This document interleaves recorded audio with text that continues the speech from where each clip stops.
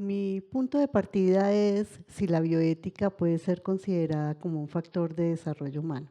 En 1996, la Convención Gulbenkian entrega su informe sobre la estructuración de las ciencias sociales y un grupo interdisciplinario se hace la pregunta si cuando se van a hacer investigaciones en contextos muy particulares, diversos, locales, nacionales, regionales, se podrían hacer estas investigaciones al margen de lo que son los conocimientos eurocéntricos, pero también teniendo en cuenta las geografías particulares y si en algún momento estas investigaciones no podrían estar tampoco alejadas de esa idea de que definitivamente hay una oposición entre la universalidad y la contextualidad. En estos mismos años, Arturo Escobar entrega su tesis doctoral, La invención del tercer mundo, y en esa tesis doctoral él demuestra cómo la categoría de desarrollo es una invención, y es una invención para él desafortunada y que no se sostiene desde el punto de vista antropológico, toda vez que se está pidiendo que todos los países de alguna manera sigan las reglas de los países del primer mundo. El programa de las Naciones Unidas en 1990 declara que en realidad la riqueza de las naciones se centra en las gentes y esta no es otra cosa que decir que debemos tener los espacios necesarios o los esfuerzos necesarios para que las personas puedan prosperar y prosperar no solamente en un periodo de vida pequeño, sino que también está desde el punto de vista saludable y que se sienta feliz con lo que está realizando como proyecto de vida. Amartya Sen, que es un economista, en 1990, un poco más adelante, recibe el premio Nobel en un renglón que es la economía alternativa y lo recibe entre otras cosas porque tiene en cuenta desde el punto de vista, digamos, de las necesidades de las poblaciones, esas barreras por las cuales las personas no tienen la capacidad de lograr aquellas cosas que aspiran tener. Entonces, en un contexto como es el de América Latina y el Caribe, que podemos clasificar o caracterizar como altamente variado, con una gran diversidad, pero también con una desigualdad y en muchos casos una complejidad creciente y una policrisis, nos hacemos la pregunta si esa bioética, que es una bioética que nace en contextos europeos, pero también, digamos, anglosajones, europeo continental y específicamente en Estados Unidos, donde se considera a la bioética más como una ética aplicada. Esto significa que la bioética permite y aporta en la toma de decisiones en escenarios clínicos. Esto es lo que se llama la bioética clínica. Esta bioética clínica, que es una ética aplicada, lo que hace es inspirarse o tener como marco de análisis las éticas que tradicionalmente se han formulado, como la ética de máximos y mínimos, una ética principialista que plantea 4 principios, los famosos 4 principios de Buchan y Childress, que no es otra cosa que deberes para que los profesionales de la salud puedan tomar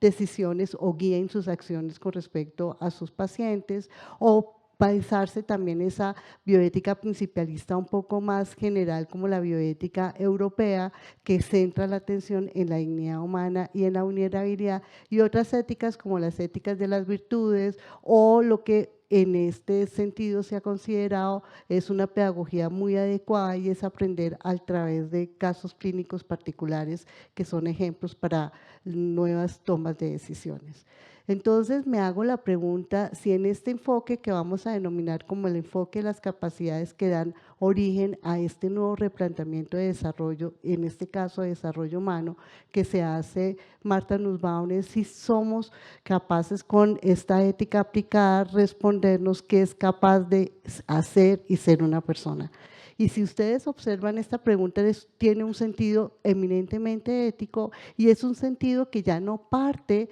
de esas aspiraciones universales de justicia, de bienestar, sino que su punto de partida son las injusticias. Significa entonces que las naciones empiezan a preguntarse sobre todas esas capacidades de las cuales podemos desarrollar los seres humanos, cuáles se van a concentrar para poder generar pues, el sentido mínimo que ellos consideran como un sentido de justicia social. Igualmente, hay que considerar que estas capacidades que uno las podría concentrar en las individualidades, en las personas, tienen un compromiso ético y es respetar no solamente la diversidad en cuanto a maneras o miradas de la vida, sino también específicamente en las creencias y en las posturas religiosas o posturas también laicas. Y aquí es donde quisiera entonces concentrarme en que la bioética, esa bioética que para algunos autores es una bioética 1.0, empieza a redefinirse la bioética. Y es una bioética entonces que ya no se va a ocupar solamente de los dilemas que van a permitir tomar decisiones en escenarios clínicos acotados, sino que lo que se va a observar en este escenario tan amplio, se va a observar son conflictos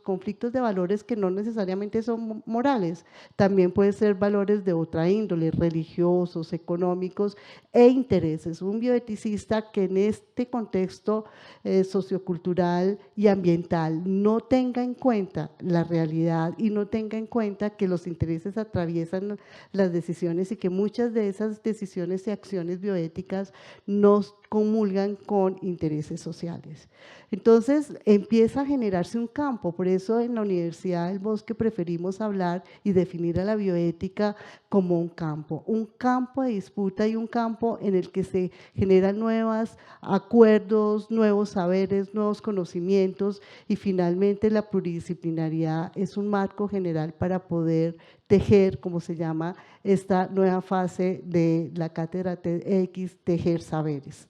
poner en diálogo estos saberes.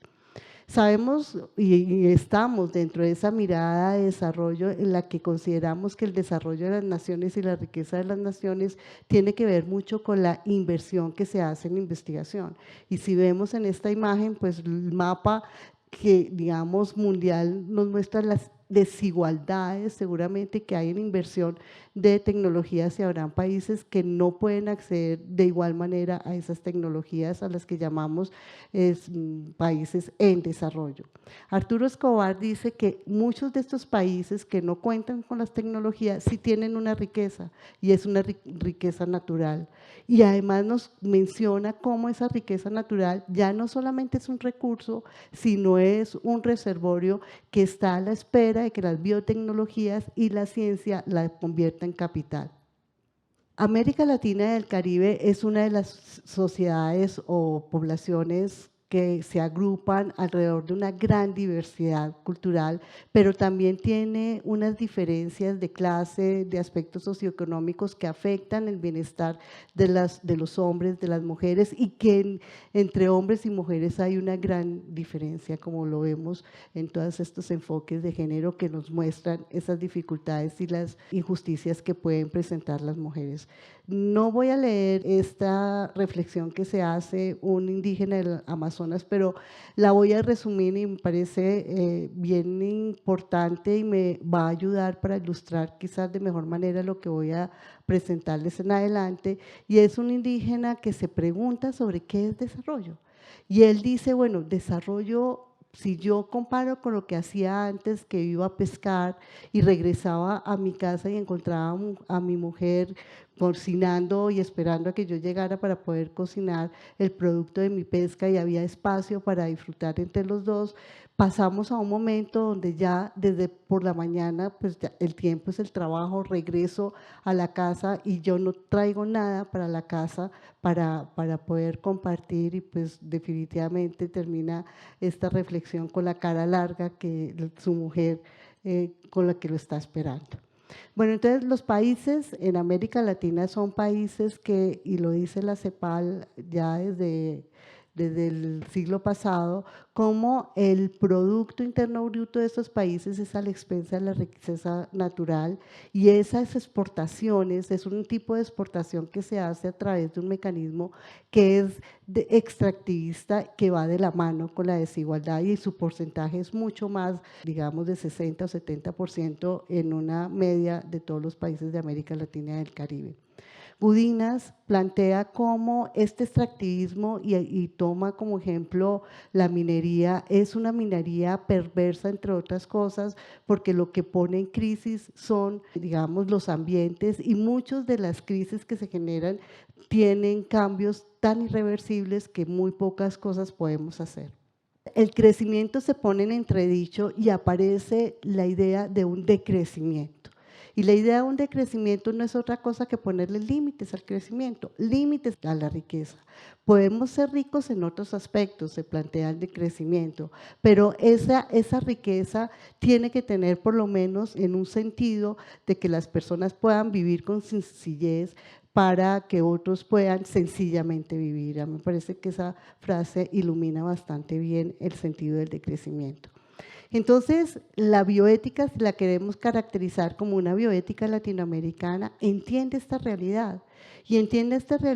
y podemos citar algunas de estas bioéticas latinoamericanas que enfrentan estos desafíos. Una, por ejemplo, la bioética social, que pone el foco en los problemas colectivos, en una salud pública, una bioética de la protección que considera que las vulnerabilidades requieren de estas personas que están siendo afectadas, requieren ser protegidas, o una bioética desde el enfoque de los derechos humanos, sobre todo inspirada en la Declaración de Bioética de Derechos Humanos de la UNESCO de 2005, de que dice, ok, la protección es fundamental, pero no es suficiente, debemos crear escenarios en donde las personas puedan ejercer sus derechos humanos. Una bioética de intervención que asume el desafío ético de poder intervenir las poblaciones para solucionar sus problemas, o una ética convergente que empieza a mantener la diferencia entre ese ideario de justicia, como lo vimos ya estas bioéticas latinoamericanas parten de las injusticias, y este autor en particular parte de las conflictividades, una conflictividad ética que además la vamos a ver en una investigación que hicimos en la Universidad del Bosque, que requiere unas pedagogías para poderla enfrentar. Y una bioética crítica, emancipadora, que es aquella bioética que asume distancia de los problemas, pero para conocer, para comprender esa realidad, y interviene en ella con la idea de poder transformarla y cambiarla de manera positiva. ¿Qué tienen de común todas estas bioéticas? Esta reflexión que se hace Nancy Fraser, y ella lo que plantea es que le hace pues finalmente una crítica al capitalismo, y le hace una crítica al capitalismo porque considera que está impulsada por una economía que erosiona, que afecta y pone en riesgo la vida, no solamente la vida biológica, sino la vida social y la vida cultural. Y ella plantea también la salida a este problema y dice, bueno, tenemos que empezar a entrever, a estudiar esas relaciones, no solamente relaciones con uno mismo, relaciones con los otros y relaciones del hombre con la naturaleza. Desafío que para nosotros en bioética, en el departamento de bioética, ha estado muy presente.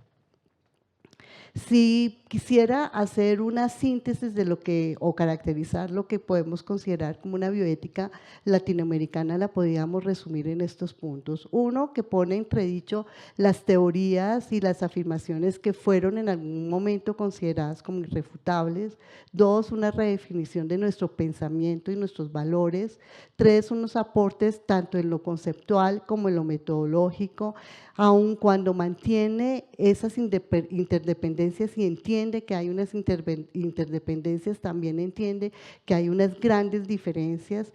Se parte, como lo vengo reiterando, de las desigualdades y de las injusticias, y toda reflexión bioética concentra su atención en ella, y lo que sería para mí una hipótesis de sentido o una tesis, y es que ya no estamos hablando de una ética aplicada, sino de una práctica, y no cualquier práctica, es una práctica, por supuesto, social. Entonces, ¿qué debemos abordar en este nuevo contexto o conocimiento de esta realidad compleja? Por un lado, abandonar esas categorías de desarrollo que han sido impuestas y redescubrir todas las afectaciones que este capitalismo marcado, como lo dice Nancy Fraser, erosiona la vida, ¿no? Y ¿Qué debemos asumir? Pues son otras formas de vida, pero también otras formas de sentir esa vida, de apreciarla, de coexistir y aprovechar esa diferencia para poder, como lo vamos a ver más adelante, poder hermanarnos dentro de esa coexistencia y concentrarnos también en lo que sería el cuidado de la vida. En la investigación que se hizo recientemente en la Universidad del Bosque titulada Dimensión bioética, la conflictividad en torno de las relaciones de convivencia en las escuelas secundarias, parte de esa motivación de entrever qué es lo que sucede con esa calidad de las relaciones humanas en este contexto escolar que va a afectar la convivencia. Muchas de estas narrativas que se encuentran alrededor de la investigación son escenarios o por lo menos experiencias que nos cuentan los adolescentes que han tenido que vivir con prácticas de agresión, bullying o matoneo. El enfoque de la investigación es la conflictividad y tomamos como referente a un filósofo argentino, Ricardo Maliandi, quien denuncia o propone, mejor, que debemos vencer algunas actitudes morales que no permiten resolver los conflictos y que muchos de esos comportamientos pueden ser de algún modo transformados con pedagogías y un tipo de pedagogías que las llaman ellos pedagogías conflictivas. Entre los asuntos o las actitudes morales que Ricardo Maliandi muestra como actitudes que debemos erradicar, enumera algunas de estas las voy a compartir, como los autoritarismos, más adelante vamos a ver algunos ejemplos, la obediencia dogmática, los prejuicios, aquellos comportamientos refractarios de toda crítica, aquellas personas que además de conocer las reglas insisten en transgredirlas, la indiferencia al respeto de las personas y los fanatismos. Entonces, lo que dice Ricardo Maliandi es que debemos avanzar en la resolución de los conflictos y toda vez que esos conflictos tienen una dimensión bioética que debemos comprender a la hora de pensar en la resolución de estas situaciones problemáticas. Echeverría muestra, y me parece maravilloso porque él dice, ok, sí, la conflictividad es una característica ineludible de la condición humana, somos diversos y en ese sentido tendremos que tener conflictos entre muchas maneras de percibirnos, pero él dice esa conflictividad que ignora y que no se quiere resolver o superar puede terminar en lo que él denomina una destructividad violenta, una destructividad bioética. En adelante voy a compartir lo que en la investigación proponemos como los desafíos de la bioética para poder aportar a estas conflictividades en estos contextos socioculturales de los cuales ya hemos tratado de ilustrar. El primer desafío lo podemos resumir en esta frase, el mundo en que quepan muchos mundos, que no es otra cosa que aprender a vivir juntos. Y aprender a vivir juntos, como lo advierten otros autores, es tratar de crear una fábula especulativa sobre los parentescos. Parentescos que no solamente se refieren a las relaciones entre humanos, sino entre humanos y no humanos, como lo hacen los no humanos y tenemos grandes ejemplos para contarles sobre esto. El segundo desafío es tomado de Gilbert Ochoa, quien habla de la metacultura del multiculturalismo, que no es otra cosa que el respeto de las diferencias, y el respeto de las diferencias es apreciarlas, es significarlas y a partir de esa pluralidad poder construir un sentido de justicia, por ejemplo. El tercer desafío es la deliberación, y la deliberación no es otra cosa que el diálogo, el aprender a escuchar, el poder participar, el entender que podemos tener una actitud crítica, reflexiva, pero al mismo tiempo solidaria. El cuarto desafío tiene que ver con un sentido de justicia que puede tener un punto de partida en la imparcialidad, pero también deberíamos pensarnos un poco esa justicia de una manera empática, en reconocimiento del dolor de las otras personas. El quinto desafío sería la postura crítica emancipadora, es decir, que no nos quedemos contentos con lo que está sucediendo, con estas injusticias, tratemos de transformar estos escenarios y aportemos a esas soluciones. El sexto desafío es denominada desde el bien común. El bien común no es otra cosa que devolverle ese valor al aire, al agua, a las tierras, como bienes de todos que tienen dolientes y esos dolientes somos todos. El séptimo desafío es el apoyo mutuo. Para esta autora Federiche, nosotros en lo que tiene que ver con aspectos sociales estamos en cero.